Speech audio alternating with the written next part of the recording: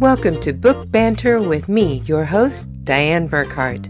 I hope you will join me every Wednesday as we explore all things to do with, well, books. Let's get on with our show today. Hello, my happy people. Welcome to Book Banter with Dianne Burkhart and part 2 of my interview with cozy mystery author Stephanie LaVigne. We get to talk today about her books, and she tells you about how she decided to choose the book series that she is going to be putting out in the next year. It is such a great series. You're going to love it. I wish I could share the book with you because it is so good. Now, a reminder, next week is actually going to be a show about me, and we're probably only going to do this once, maybe one more at the end of season 2. I might come on whenever I'm getting ready to publish a book. I'll give a little bit of a synopsis of something that's coming up with my books, but this is basically going to be the only time that I'm going to kind of commandeer an entire episode for what I'm working on. So next week, I'm going to tell you about the 7th and final book that I'm getting ready to publish in my Into the West Saga serial. It's a historical fiction / Western series all about these 2 orphan children who are put on the orphan train and sent out into the Wild West and the adventures that they run into while they're there. Then, after I get that series finished, I'm going to switch up and I'm going to start writing as Dianne Burkhart because that Into the West Saga serial I have been writing under the pen name Stephen Burkhart. And my new series is going to be as Dianne Burkhart, and it will be about an FBI profiler who has retired from the FBI, but of course, cases come up and they keep pulling her back into work on a new case. So that's what's coming up. I will give you more information about all of this next week, and I will be doing some readings from both of those books. But now, for today, let's get back to my guest, cozy mystery author, Stephanie LaVigne. Now, you do plan to have a cozy mystery coming out sometime in like the next year or so?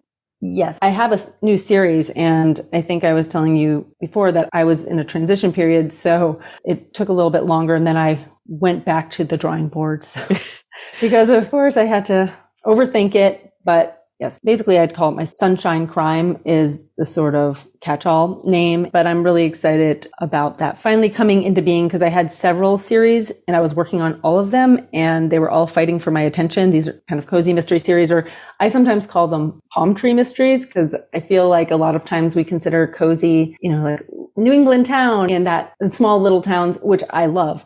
And I love me a little town. Like when I did romance, I did small town romance a lot. And so I like that, but my books are set in South Florida because, I don't know, this is what I had always wanted to write about in my mysteries. And it took me a little while to not find my footing, but I would sometimes worry that people wouldn't think that they were cozy because, does a hammock on the beach with sun and, hot pink and turquoise feel cozy? Like kind of, but it wasn't exactly in line. So it's like, I don't know, they're, palm tree mysteries or something, but basically cozy mysteries in a tropical setting, which is fun. I love it. I had to laugh because I got your email with the new book attached to it. You had sent me the book before and I had started reading it and you're like, no, I'm going to change it. And so I started reading this one today and oh my gosh, it is completely different. I mean, you really changed it. So that has been, and I'll have to another time, not on the air. I'll have to pick your brain. But so yeah, it was very funny because when I went from in romance, I was so strategic because I wrote them under pen names and I was really able to focus on marketing and writing to market and just I was able to separate. And when I started finally writing a mystery, which is what I had always wanted to do, I was, of course, way too close to it, which I thought I had gotten out of my system from doing romance. But in fact, that little person came up out of me, like the bad angel or the critical one who said, everything has to be perfect. And you have to nail this because you don't need to make any mistakes because you know better. And, just hit it out of the park and you just be strategic, which did not work because now I ended up creating, I think I probably had like 3 or 4 different stories that I was super excited about. And they all kind of lived in the same world I was creating, but they're different heroines. Some were crossovers, but at some point you have to just do one. You just have to dive into one. And the first book I had sent you, I had written that and I'd put it out in, not officially, I hadn't officially published it. And that's about a woman who was hiding in prison and then she gets sprung and she does not want to be sprung. And then they have to kind of hide her under a different identity and this new life. I really like people getting a new life. Apparently, I like faking your own death and starting a new life. And that's not me just trying to live out my own dreams. My husband always gets worried because he's like, why are there so many widows in your book? I'm like, no, don't worry. And in the new one, I'd used a husband disappearing on a spearfishing trip, and my husband had just gone down on a spearfishing trip with his brother. And he goes, don't do that. It's like, you're freaking me out. I'm like, it just works really well. It was what I needed. So thank you. But also please come back from your trip. But so yeah, I've been in this conflict, like almost like a deliberation with these characters and these storylines, because I want to do them all, but you can only do so much at one time. And I wanted to focus on one series for a while. Mm-hmm. And then I could do those other ones when I had time, which I will do. But I don't know why I do this sometimes, but I ended up basically writing that book, Sunshine State of Crime, which will come out. I used the one setup and the one heroine, but I had always planned to do my main series with this other main character whose name is Sunny. And I had a lot of that written, but I just had that day that Eureka, actually, I was telling you, I think you gave me the kick in the pants where I said, okay, I need to stop being like precious about this and being like, well, what's her first book going to be? And, I had all these partial stories written. And then I said, no, she needs to go into this one. And I need to let the other girl sit and actually have a whole different storyline that I'm way more excited about for eventually when I have time for my prison girl. She has stuff and she'll have a whole fun series eventually. But yeah, I just made the transition. It was not completely unexpected. I had considered it for a while, but once I started moving it over, I think hopefully it will make sense. It makes sense to me now. And it's actually brought out a lot more of the personality that I needed. It like brought it all together. So sometimes you got to move things around, I guess. Yeah. Well, what was so funny was I started reading that first book that you sent me, and that opening scene in the prison was just so fantastic. It hooked me. It was such a good opening scene. And so I was getting ready to like finish it. You're like, no, don't finish reading it. I'm redoing it. I'm going to send you something else. But the one that you sent me that I got this morning, I'm already at page 167. Oh my gosh. So that tells you how much I've been enjoying that today because I had done all of my other work yesterday. So the only thing I was doing today was going over questions that I wanted to ask you today. I thought, I'm going to sit down and see if I can get some of this read. And I just sat in that chair for several hours before our interview and got halfway through the book. When someone will ask, I think you've asked people before about the review that means so much to you. Mm-hmm. I am what we used to call the clumped, here in South Florida. That just gave me I'm that's awesome. Because you're the first person, literally, the epilogue's not done. Chapter 3 needs work, but I was like, I'm just going to send this. And so thankfully you've gotten through the choppy parts, but you're the first eyes on that. And that means a lot to me. I do have to ask you though, is that true about Cujo? Yeah. See, this is what works with my personality is when I did the strengths is when I want to go down rabbit holes. Now I set a little timer and then I can go down a rabbit hole. And yeah, I don't even know if I've ever watched the movie Cujo, but now I was like, let me make sure I'm spelling that name right. And then I'm like, let me look up a lot of information about dogs who've been in movies. And yeah, and I actually wonder sometimes I feel like I put too many random facts in my mystery books because I just love weird information. No, I love that. I love that bit in there. Yeah, I couldn't get a clarification so it was a St. Bernard, and I guess they had several St. Bernards. And so this is a Stephen King book that became a movie about a dog that gets, maybe rabies is our theme today, that gets rabies and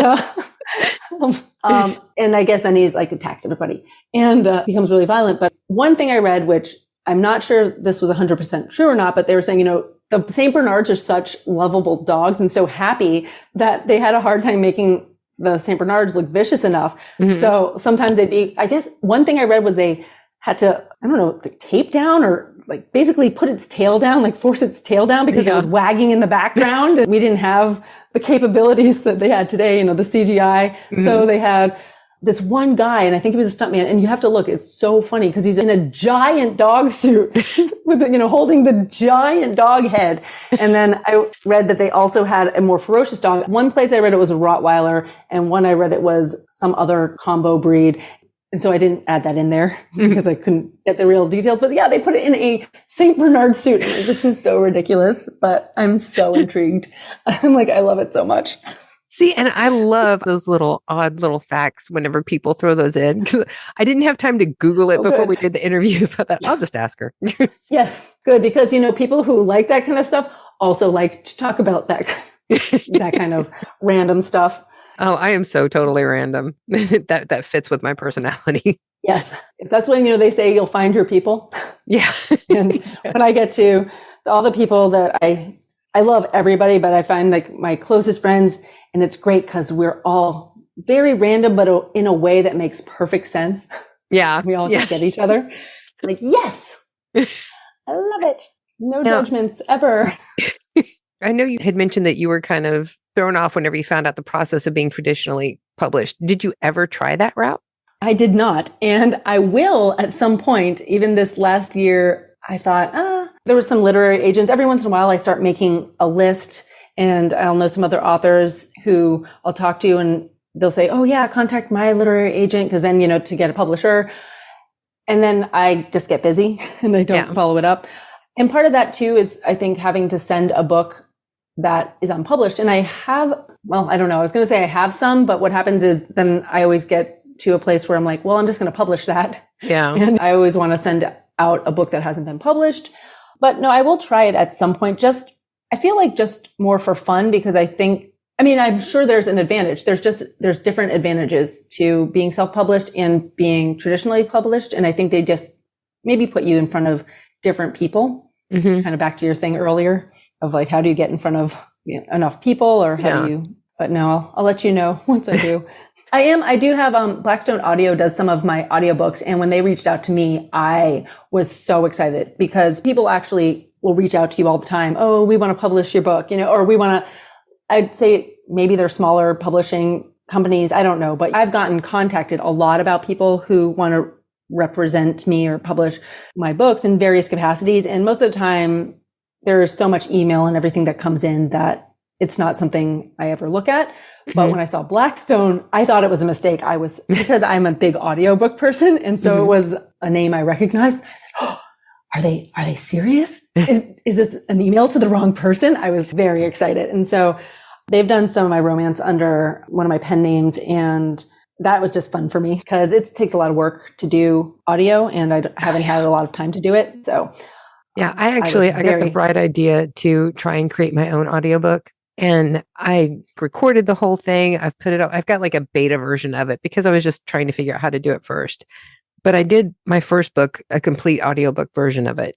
And oh my gosh, trying to figure out how to set that whole thing up and get all of the audio to sound good. And I had actually started out just reading it at the end of my podcast. I would read like a little bit of my book, and I took those bits out and put it together as part of the audiobook. And then I did some extra recording around it. So you can kind of tell that the audio is a little bit different in places because it's just my practice version. But I wanted to see exactly what it would take to create something like that. And oh my gosh, all the work, all the editing. It's crazy how much goes into that. So number one, I fully support you narrating your own books because I love your voice. I love your podcasting voice. And I think you have a perfect narrator voice. The first time I heard your podcast before I came on, I thought, oh, I'm going to keep that in my back pocket. She could do one of my books because I think you would have a fantastic female sleuth PI voice. You have a great mystery voice, I think. Thank you. But yes. And obviously they do. They can listen to you all day. Some voices you just like listening to, and you have one of those. Sorry, it's really funny. Whenever I used to do broadcast news, one of the side feature things that I had to do was reading romance novels. And I would just sit there in the booth and read like a chapter from a romance novel. And it went out on the broadcast. And that's hilarious. And that's so random. I did that. I also did like wine reviews for what pairs with Cabernet and that kind of stuff. And I was giggles with your joke of the day. And the reason Oh, they made me giggles was because the jokes were so horrible, I could not stop giggling when I did it.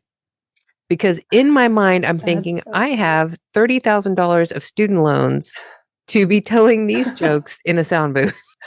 You know, put it all in perspective. It was I've made it. really I've made it, bad Mom. jokes. The one that I always have remembered because it was just so bad. It's like what starts with T and ends with T and has tea in it.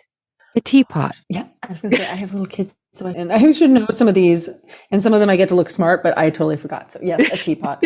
That is from the kids' book of riddles and jokes. Yeah, exactly. Because anybody could hook into our broadcast and hear these, so they all had to be kid friendly. And so they were really bad dad jokes most of the time. When I was a child, I told terrible jokes because that's just sort of a child's rite of passage. And I'm an only child. And so my parents were stuck with me telling what I considered these hilarious jokes that made no sense, I guess, because I think they were probably pretty clever. But eventually they bought me, I remember, 2 joke books, and we were going on a road trip that was going to take about 13 hours. Oh, and no. I think they instantly regretted it because I read every single joke, you know, page by page by page. And it was probably thousands of terrible jokes for children. Have you ever bought one of those books for your children? Oh, yeah, of course. And I should say no, but thankfully I bought it way too young for my first child. And so it never got used. Now I think it's hidden because now they can read. But their jokes are, well, in case they ever listen to this, their jokes are amazing. They're the most naturally talented joke tellers ever, but yeah, it's a real double-edged sword when you have someone who wants to tell jokes to decide the joke book or your own creation. That's good. Which is better. But. Okay, now this is when we do 5 quick questions. These are very simple questions that shouldn't take a lot of time. And but then hopefully you can just go with the... You should definitely check out the 5 quick questions with my friend Lance. I think it took 45 minutes for us. Here we go. I'm going to listen to that. Question 1. What is your favorite book that you have written? Oh, I didn't expect that one. I don't have favorites. So just to preface how bad I am at questions like this, I generally don't have favorites, but I have really been enjoying the book that I am just finishing right now, The Sunshine State of Crime. And I'm also mostly through a book called The Treasure Hunter. And so I know those aren't published and out in the world, but I think those two have, in The Treasure Hunter is like a mystery, but Caribbean tropical mystery thriller kind of thing. And I've just had a ton of fun writing these 2 books. Very cool. So now number 2, what is the best adventure that you have been on? Oh, see, best and favorite are not because. Okay, how about most memorable? What's the first one that pops into your mind? So just the first thing that just popped into my mind is there was one summer. I've had a lot of adventures with my 2 lifelong best friends, and one of my lifelong best friends who amazingly lives next door right now.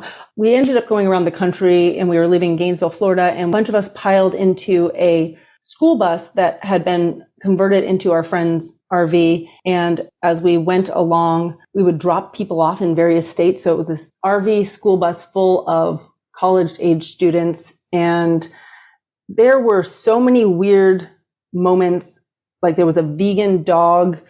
And the owner, she's amazing, and she was a veterinary student, and she is a vet now. We had no food, and she was like making the food on the stove in the bus. And my friend and I were so hungry because we have no money and no food. And we're like, it's just real food, right? It's just lentils and rice. Can we eat it? But it's the dog's food. That's probably the one part of that story I shouldn't tell. There was a fireworks and falling through a barn in Fargo, North Dakota. Just part of it, just like the ceiling. Just, one leg, and so many things. But that was a fun one. A good old American road trip. I've been really lucky to have a lot of those friend experiences, and thankfully being friends with someone you've known since you were young, you can come back and they still remember all the weird stuff you've done as an adult. That's amazing. I think that's a perfect one. Now, whenever you sit down to just like waste a day and you want to like binge watch either movies or TV shows, what is your go-to genre for that? Lately, I really, really like Ted Lasso. So if anyone has not watched Ted Lasso, please watch that because it is the perfect feel good. I like shows like Psych or Burn Notice because those are probably when my books are eventually maybe made into a show, I'm like going to pitch them like these guys because these make me happy. I like a combination of, I don't know, I don't feel like we watch mystery per se. That's not really like a movie genre. I like comedy and I like comedy and action. I like action movies weirdly too. I want to laugh and I also want to be excited. And so whatever you would consider mystery, action, comedy. And you happen to mention one of my favorite shows that I used to watch when I lived in the States was Psych. It's so good, right? I love laughing and like clever. It's funny. Yeah. I discovered it, I think, when I was older and then I, binge watched it and it was really fun. Yeah. It's very clever and it's different. Yeah. I love things that are clever and different. So yes, you nailed it. So number 4, do you have a hidden talent that most people do not know about? I don't know.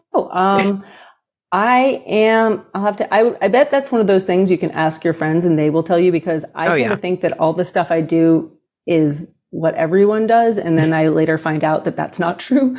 My secret talent is probably taking on really improbable projects and then figuring them out. Like I built a beach in our backyard in like 2 weeks because I was like, ugh, what are we going to do? We're going to have a party. And so I also do a lot of the home repairs. I'm pretty handy at that. So I don't know if that's a hidden talent as much as just something I do a lot of all that kind of stuff. Anyway, house stuff. But I think I would be on one of those HGTV shows. If I wasn't an author, I would just renovate houses. And so I like doing home renovation. And if there's any weird project or like thinking outside the box way to do something, then I am your gal. And that's the handy talent to have.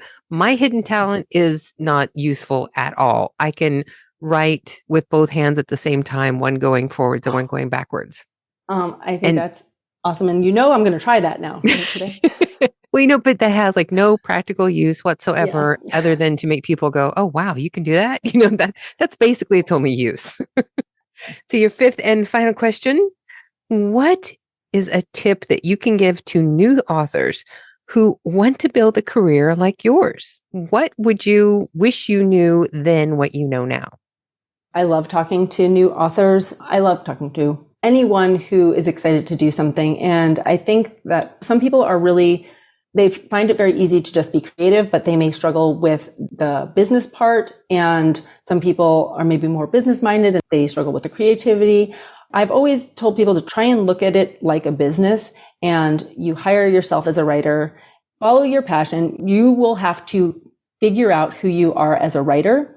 And that takes time. You might know who you are and that person will grow over time, but you have to do a combination of sitting down and writing and studying the market and studying the marketplace and all of those things, doing the business part, which is actually really fun. And if you're creative at books, you can learn to do the other stuff. It can be overwhelming, but treat it like a business, learn the marketing, learn the marketplace, and also try not to become too precious with the creativity part because we can all really get sucked in. Like almost everyone can write, not anyone who wants to write a book can figure out how to write a book. And there are plenty of people who are less talented than you, whoever you are, that are making a living writing books. And I think we tend to forget that you just have to work at it and you just have to sit down and you have to keep writing and keep also learning the market and growing your business. And we're really hard on ourselves. So find a support system,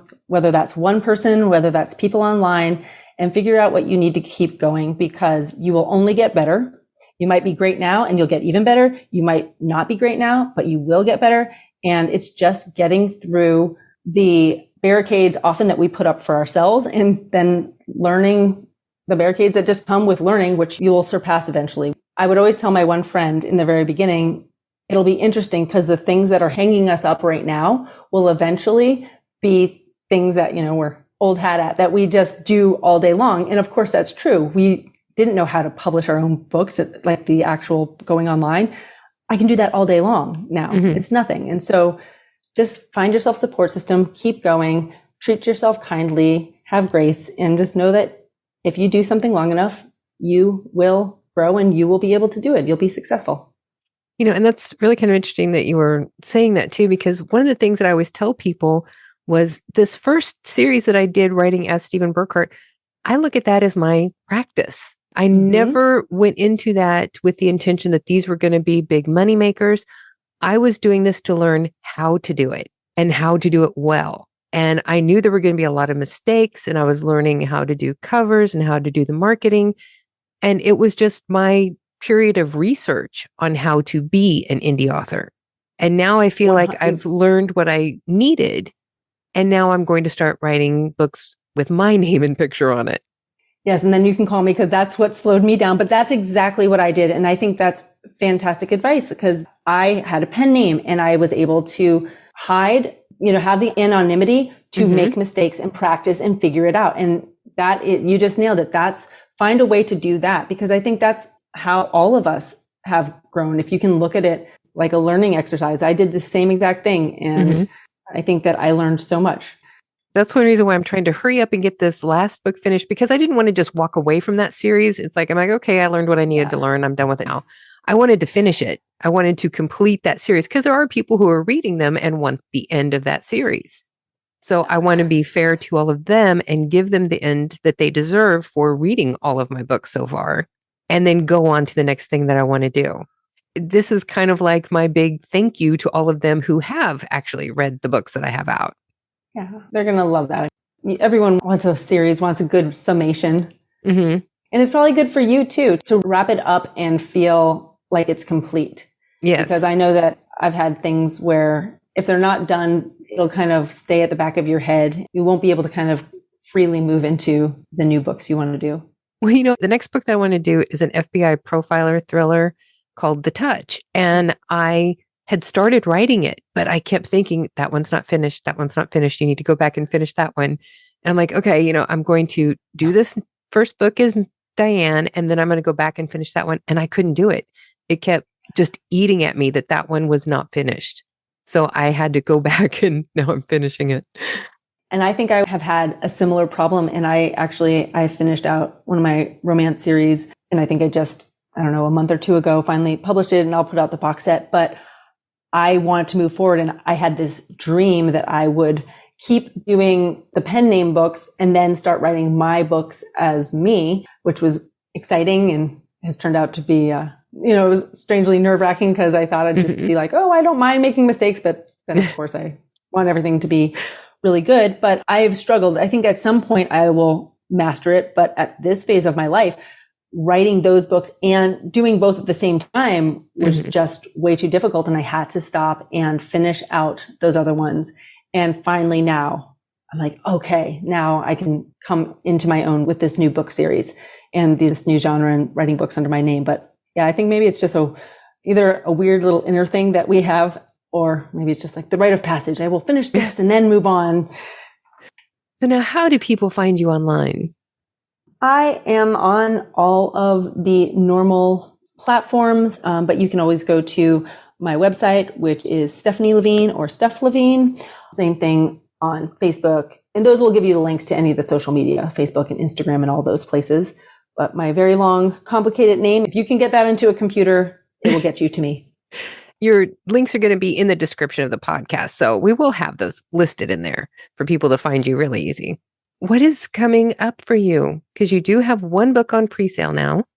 Yep. And I did not want to put it on pre-release until I had all three, like the first three books, on pre-release, because sometimes I get bogged down by strategy. But I think that I'm going to get the next two books out very quickly. And so I'm going to have that series going. And then I am going to finish my treasure hunter book, which I think I've not normally had a passion project or just one book that I want to do, but this was not strategically part of the series, but I'm going to finish it. It can be a standalone and I can make it a series, but I'm just going to really focus on getting the first couple books up in the Sunshine Crime series. And I might end up doing a YouTube video or something, or like channel. So I might do a little bit of that.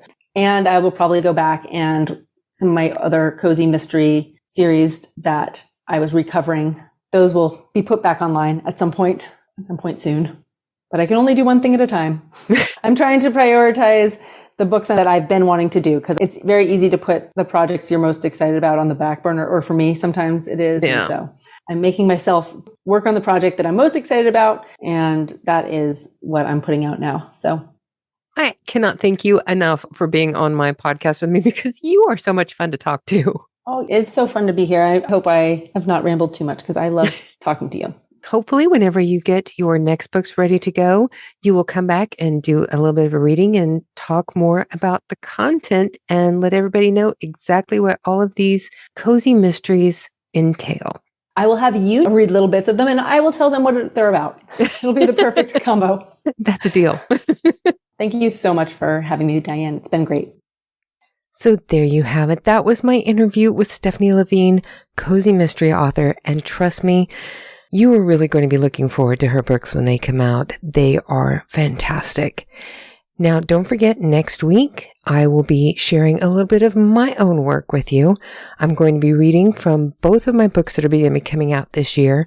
I've got the last book in the Into the West Saga serial, Into the West Family Ties, and the first book that I'm going to be publishing as Dianne Burkhart, my crime thriller about a former FBI profiler who's pulled back into service.